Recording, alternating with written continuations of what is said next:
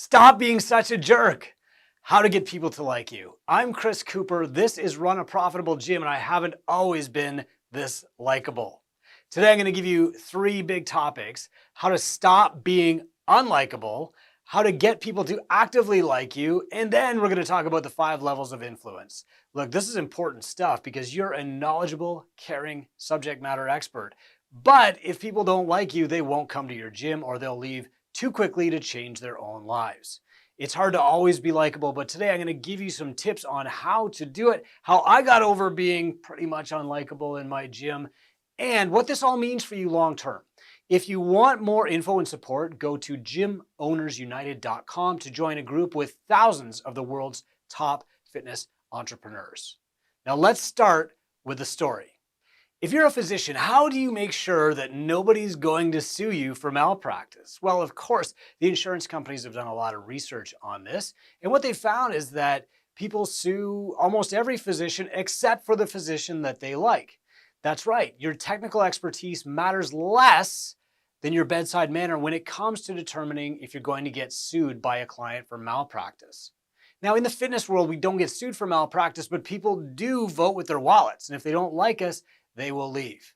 I figured this out the hard way. I once had this client named Patricia. Fantastic client.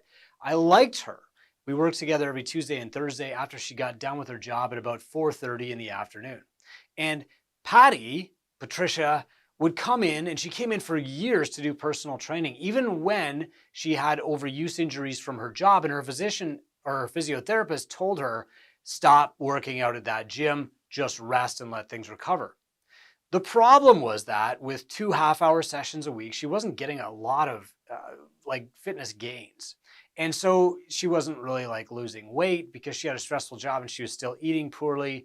She wasn't recovering her shoulder because with 2 workouts a week, she would come in and we would do either some rehab or she would go super hard, but you couldn't do both because you didn't have time. And so it was kind of a frustrating lack of progress for both of us. And so I would give her this homework to do at home. And one day she would come in and she said, Coop, I'm just not doing this homework at home. I wish you could just come to my house and motivate me every day. And of course, she was kind of joking, but she was also kind of telling me I'm not satisfied with my progress. And instead of being empathetic and saying, hey, Patty, here's how we can help, what I said was, your motivation is not my problem. Now, of course, that's a jerky thing to say. And of course, there's a reason I said it. And if you know me, you've met me in person in the last decade, you know I'd never say anything like that now. But at the time, I was a burned out, exhausted, broke, distracted, unfocused, overwhelmed gym owner. I was having a horrible day. I couldn't figure out how to pay the rent, let alone ourselves. So we were fighting at home about money again. I just had a trainer call and say that they were going to be late. And so I was trying to sort out what to do with their client and whether I'd have to cover their class for them again. I was totally not thinking about Patty. And so with my guard down, this just slipped out. Well, of course, she didn't respond. She left and she never came back, and she was right to. Why would she? Who wants to be around a jerk like that? If you're having trouble containing your jerkiness, hiding it, or putting a positive face forward, I'm going to give you some tips right now that have really helped me because I had to work at this. Even when things got better, I had to repress this instinct of being the know-it-all teacher that just, knows everything and that's why you should listen to me, of always being right, or just kind of being this jerk to people that put people off. So here's some tips. Number 1, in your gym somewhere, have a door that closes. And when you're not in your best mood, at least a 9 out of 10 personality, over the top, feeding other people energy, smiling, happy to be there, if you can't behave at least a 9 out of 10 level, go into the room with the door that closes and close the door until you can. Now, I'm not saying hide out. I'm saying hide your bad mood from other people. Next, if you have a time of day when you are low energy, for me, this is around 2 o'clock. I get up at 5, I work hard, I've got lots of energy, and then I just kind of crash around 2 o'clock and I need a nap. If that's you, hire somebody to replace you. It's more important that the coach that's in front of your clients brings energy than even knowledge. They can be like a PhD, but if they've got a bad mood, they show up late, they've got their hoodie up, They're going to turn clients off, and you can't change their lives if they're not right in front of you. Okay? Hire somebody to replace you at your low energy times. That's also like 6 a.m. for me. At 6 a.m., I'm buzzing with ideas. I've got stuff I want to do to grow my business. And while I do have lots of energy, I also have lots of distraction. And so while I'm coaching this class, I'll be rushing through it because I want to get to writing the blog post or whatever it is that I'm passionate about. So the second tip is to hire somebody for your low energy times. The third tip is to know your limit. I know from 20 years of coaching that if I coach 3 hours in a row, the third client is not getting the same energy that the first client was. So 2 clients in a row is about my limit. And that's true if I'm doing personal training or group classes, or I'm on the phone with an entrepreneur looking to grow their business. 2 is my limit. I cannot deliver at peak coopness for more than 2 hours at a time. I'm just exhausted and I need a break. So that's number 3. Number 4 is to focus on your seed clients. So these are the people who show up with batteries included. Not every day, but most of the time they should actually feed you energy instead of sucking the energy out. Look, if you've got a personal training session with a client who you're dreading 48 hours before it even happens, then you need to get rid of that client. Now, maybe you can't get rid of the revenue from that client yet, but you need to actively pursue ways to move that client to somebody else who will work better with them. That's probably one of your staff. I'm not saying fire them because you don't get along or they don't feed you energy. That's not always their job. But if you're working with them, it will drain you, and that will negatively impact the following clients that come afterward. Okay. Next, I want you to remember that like clients should leave your business feeling closer to you than when they got there. That doesn't mean like you have to take steps in your relationships and gradually like move them closer to marrying you. It just means that when a client walks out the door, you should ask yourself, am I closer with this client or further away today? Now, you can obsess about this, but if you're going to think about anything with the client, you have to ask yourself, do they like my service better or do they like it less than they did when they got here? Okay, that's really important. Next, don't be distracted. Distraction is the root of unhappiness. It's the root of distemper, bad moods. You need to not carry your phone into a training session with you. That thing will go off. It is literally built to distract you. That's how it's set up. And if you're distracted, the clients will like you less. You will like the client less because you're thinking about the person that you're supposed to be responding to instead of the person who's right in front of you. So don't bring your phone into the session and don't let your clients bring theirs unless there's an emergency afoot. Next tip, get a mentor. Look, part of the reason that you're unhappy and stressed out is because you're overwhelmed. When you're buying mentorship, you're buying speed because you're buying focus. A mentor can tell you not just what to do, but also what you can ignore, what you can save for later, what you don't have to worry about today. One of the big things that people tell me when they get into our mentorship program is that their stress level just goes way down. As soon as they make that first investment in mentorship, it feels like a weight's just been lifted off their shoulders because they've lifted it and put it squarely on the mentor's desk and said, here, help me sort this out. Tell me what to do next. My next tip might sound counterintuitive, and that is to stop doing high intensity interval training exercise when you're stressed out. Look, your body does not know the difference between physical stress and mental stress. There's a lot of overlap there. And when you have mental stress, if you're just pounding your body into the ground over and over, you're just going to keep burying yourself deeper. What I suggest as a fitness professional is that you take the advice that you would give to your client. And when they're in a period of high stress, high anxiety, high overwhelm, that they do something that's not going to stress them out even more. Yeah, short term, maybe a hard workout is what you need to clear your head and get a mental break, but stress compounds. You know this, I don't have to explain the physiology of this. And for me, what happened years ago was I was completely stressed out. I was completely overwhelmed. One day I walked into my gym and I saw the coach's lunch spread all over the front desk where clients were coming in. I was mad and distracted. A coach started leading a warm-up in the group. It was super boring. It was the same old thing we'd been doing. And I walked out and didn't come back to my gym for about 3 months. I was at the absolute breaking point.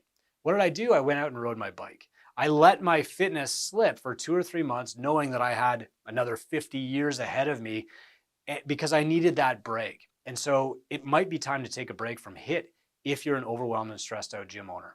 Don't give up on your fitness, don't stop moving, but don't crush yourself in the gym anymore. Next, you should maybe think about talking to a therapist or somebody who has some kind of objectivity on what's going on. I talk to a psychotherapist named Bonnie Skinner at Level Up Coaching every second week. I don't go in with big problems. I don't need to talk about my mom or my relationship. What I do is I just talk about like what's bugging me that week, and just airing it out, exposing it to the light of day usually resolves the problem. And that has led to a much less stressful, happier life, even with the huge company that I now own. Finally, last tip is know when it's appropriate to rant, vent, or complain, and when it's not. Remember, when you own a business, you step on stage, and if what people see of you is ranting and complaining, they will not want to be around you. Think about it. Nobody wants to go out to dinner or drinks with a friend who's always negative, who's always complaining. And when you put that foot forward on Facebook or Instagram, and you're just ranting or complaining or being passive aggressive even, nobody will want to be around you. We constantly mistake our clients for our friends and we vent to them. Well, they don't want to hear that. They've got enough drama in their own life. Or we think that everybody paying attention on Facebook is already in love with us. That's not true. People are judging everything that you say or do. So if you have negative things to say about, you want to complain about a member, a coach, a staff person, the government, your taxes, whatever, talk to somebody in your personal life that you trust, not to share that opinion with everybody else. Yeah, you got to get it out. Talk to a therapist, talk to your spouse, talk to your best friend. Do not share that stuff on Facebook, okay? Don't spread that stuff around. So that's how to get over being disliked. Have a door that closes, hire somebody to replace you at low energy times, know your limits, focus on your seed clients, focus on leaving clients happier, or clients leaving your gym happier. Get rid of your phone, get a mentor, stop doing high intensity interval training when you have to, talk to a therapist, and know when it's appropriate to rant and when it's not. All right, I've told you how to stop being unlikable, stop being a jerk. Today I want to tell you how to actually be likable so that you attract people to you instead of pushing people away. My first job in fitness was actually selling treadmills. So in 1998, this local treadmill store opened and I was its first manager. I already had a degree in exercise science, which is what they called it back then. And I had been working as a trainer for about 2 years. So obviously I knew everything about fitness. And so when people would come in, I would just barf information all over them. I would ask them technical questions that there's no way they knew the answer to, like, are you training to improve aerobic capacity? Or are you working on your stamina? And 30 minutes later, they would leave more overwhelmed, more confused, and further from buying a treadmill than when they came in. And so several months into this process, I really hadn't sold any treadmills. I was horrible because people just didn't like me. And so then the store hired an assistant manager named Sean. Sean was a part-time magician. I think he called it an illusionist at the time. And Sean started selling treadmills like crazy. But Sean knew nothing about fitness, nothing about exercise, and really nothing about the treadmills. But he was good at it, and people loved him. And Sean gave me a tool that I'll be forever grateful for. He handed me this book, How to Win Friends and Influence People. I read it and I started reading it with this mindset of skepticism. But when I started trying the tactical advice in Dale Carnegie's book, it worked. And I started selling more treadmills and people started to like me and I started to like myself better. And I started getting people more fit and moving them toward their goals. There are 6 big lessons from this book, How to Win Friends and Influence People, that I want to share with you right now, because these are things that I've printed out and put on my wall as constant reminders. 20 years later, I still need to be reminded of these things, but I think they can help you too. So first, never criticize, condemn, or complain. When you spend time criticizing other people, condemning other people's actions, or complaining about what other people do, your brain starts looking for negatives. You start looking for other things that people are doing wrong. And that makes you unhappy because that's all you're seeing all day. Daniel Pink in one of his books wrote that most people don't have a single happy thought all day, and it's because they've trained their brain to look for negative things. And so when you criticize others, condemn and complain, you start looking for negative things, and that trains your brain to be unhappy, fault finding, nitpicking, a jerk. And Dale Carnegie's book helped me get over that. Look, it is really hard to stop complaining. It is really hard to stop criticizing other people or looking on them in judgment. But when you do, you will be a better person and more likable. The second rule from Carnegie's book is to give honest and sincere appreciation. This is an amazing skill that I work on all the time. When you're thanking somebody, tell them exactly how their advice or their help has changed your life. I'll tell you who's amazing at this is some of the people in our Tinker program. It's no coincidence that the most successful entrepreneurs in Two Brain are also the best at sharing their thanks and gratitude. Here's a card from Amanda Chase. And if you open it up, you'll find a very specific thank you in here that I appreciate so much that I keep it behind my desk. Because on days when I feel stressed out and overwhelmed and wonder if I'm actually helping people, I've got this whole wall full of people saying thank you in very specific ways. And I can look at that and remind myself that I am doing good out there. And that makes me more likable. Give honest and sincere appreciation. This is actually a gift you can give yourself to. On a day when you feel stressed out or pissed off at somebody, just send 10 sincere and thoughtful thank you messages, and you won't be stressed out anymore, okay? Third, speak in terms of the other person's interest. Really, this means put yourself in their shoes. What do they want, and can you help them get it? This is really where the no sweat intro came from. It wasn't a sales pitch or, hey, want to try my free thing and maybe you'll figure out how it helps you. Maybe you'll like it as much as I do.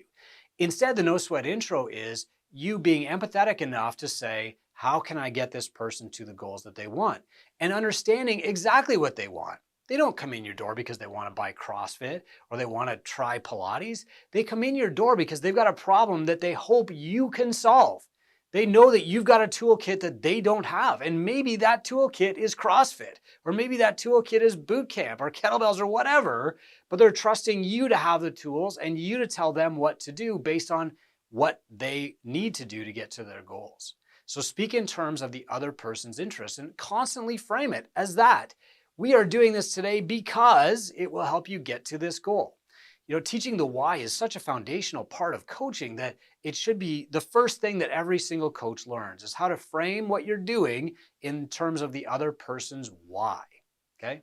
Then the fourth thing that I learned from the Dale Carnegie book is to remember people's names. This is so simple, but so powerful. If you remember people's names, they will be impressed because their name is like the sweetest word that they will ever hear. They feel important when you remember their name. When I started getting this down, I started actually taking courses in how to remember names better because I realized how important it actually was. When a client that I hadn't seen for 9 years came in and I remembered their name and their wife's name, they were blown away. You know who was great at this? Was Greg Glassman. The first time I ever met Greg, he came into the Canada East Regional. This was 2012, and he's just swarmed by people. And out of the crowd, he spots Anthony Bainbridge, and he says, hey, Anthony, how's it going? How's your mother doing? Did she get over that illness? And Anthony was just stunned, like shocked. And he told me later, I haven't seen that guy in 3 years. And he remembered my name, my wife's name, and that my mother had been ill. That is how you build long-term attraction and eventually influence, but I'll talk about that later. Fifth, be interested in people instead of trying to be interesting. Look, everybody tries to impress everybody now. Using social media, we try to be influencers. If you want to influence other people, you need to be interested in them instead of trying to be interesting to them. That sounds counterintuitive in the world of social media influencers and talking heads and gurus. We all try to be interesting, but the reality is if you really want people to like you and trust you and stay with you, you have to be interested in them. That's the paradox. Finally, number 6 is to avoid arguments. Now, I don't like arguments anyway, but I'm not above a good debate. But here's what I've learned. When you wrestle with a pig, you both get dirty and the pig kind of likes it. That didn't come from Carnegie's book. That's a lesson that I learned from my grandpa. And the thing is now, every argument that you get in, every wrestling match you have with a pig is broadcast to everybody, everywhere, and it stays recorded forever. So when people see you getting into arguments online, they think not like, wow, Chris is so right. He is so smart. He is way smarter than that dude. What they see is, here's a person who likes to argue. Nobody wants to be around a person who likes to argue. If you have to have a debate with somebody, do it in private. This also, leads into another tenet of Carnegie's, which is correct in private, praise in public. When you're engaging with somebody and there's a chance that the engagement can go south or turn heated or escalate, or you want to do that in private, take it offline. Nobody wants to see you do that. Okay. So that's How to Be Likeable. This is just such a fantastic book. Dale Carnegie's How to Win Friends and Influence People. I make myself read it again every single year. I always get something new out of it. I keep a dozen copies on my shelf in my office, and I give a copy to everybody in my family as they graduate high school. It's that important to me. It's one of maybe like 3 books that I want everybody to read. Next, I want to talk about the 5 levels of influence. I've been talking about how to not be a jerk and how to be likable. How does that translate into influence? Well, leadership really boils down to influence. Before people can follow your lead, they have to first like you, then they have to really know you, and then they have to trust you, and then they'll follow you. You've probably heard this before, that to sell people, they have to know, like, and trust you, but that's out of order. First, they have to like you, then they have to gain deep knowledge of you and still like you, and then they will trust you, and then they will follow you. Now, I've got this graphic here of the 5 levels of influence, and this is a mishmash of John Maxwell's 5 levels of leadership and Robert Cialdini's book, Influence. But this is what I've found in my career. So at this first level, the bottom level, people follow you because they have to. You hire them, you will fire them if they don't follow you, right? Like, under pain of being fired, you will do what I say. That's not very good influence, and it never lasts long. Level 2 is they follow you because they know and align with your noble purpose and your mission. So now you've hired them to work at your gym, and they know what your purpose is. They know what your mission is. They'll forgive you some of your little mistakes because they really want to help people get fit. Okay. That's level 2 influence. And maybe they don't like everything that you do. Maybe they don't like the way that you do it. Maybe you're kind of a jerk, but they give you some leeway and some grace because they understand what you're trying to do. Okay. Level 3 is when you attract other people who want to do what you've done and believe that you can help them get there. So in the CrossFit world, these would be people who have won the games, and they attract other people who want to win the games. In the normal gym world, or the real CrossFit world, this is coaches and trainers who see that you have built a successful gym and they want to work for you because they think, hey, Chris has a good career. He can help me get one too. Level 4, they want to recruit other people because of whatness over my career with Two Brain Business too. Because, originally we hired people who are already our favorite clients. They already believed in the mission. They already wanted to help. They wanted to be business coaches. And then finally, then they wanted to be as successful as I had been. They wanted to have a lot of gym owners to help. But now what we're seeing years into this, 7 years in, is that people are calling and just saying I don't have a product. I don't have a project. I just want to be around Two Brain more. I want to do something with you. What can we do together? And a lot of the times these are just great collaborations with really major brands. And I won't say them publicly because they haven't been released yet, but there are some massive partnerships out there that really started with just a conversation at our summit. Hey, Coop, love what you're doing. How can we be part of that? And then collaborating and building together. And this is amazing to me because knowing where I started out 25 years ago selling treadmills, I was not a likable person, let alone somebody who big brands would just come to and say, hey, we want to do something with you. We don't know what that is, what it's going to cost. How can we work together?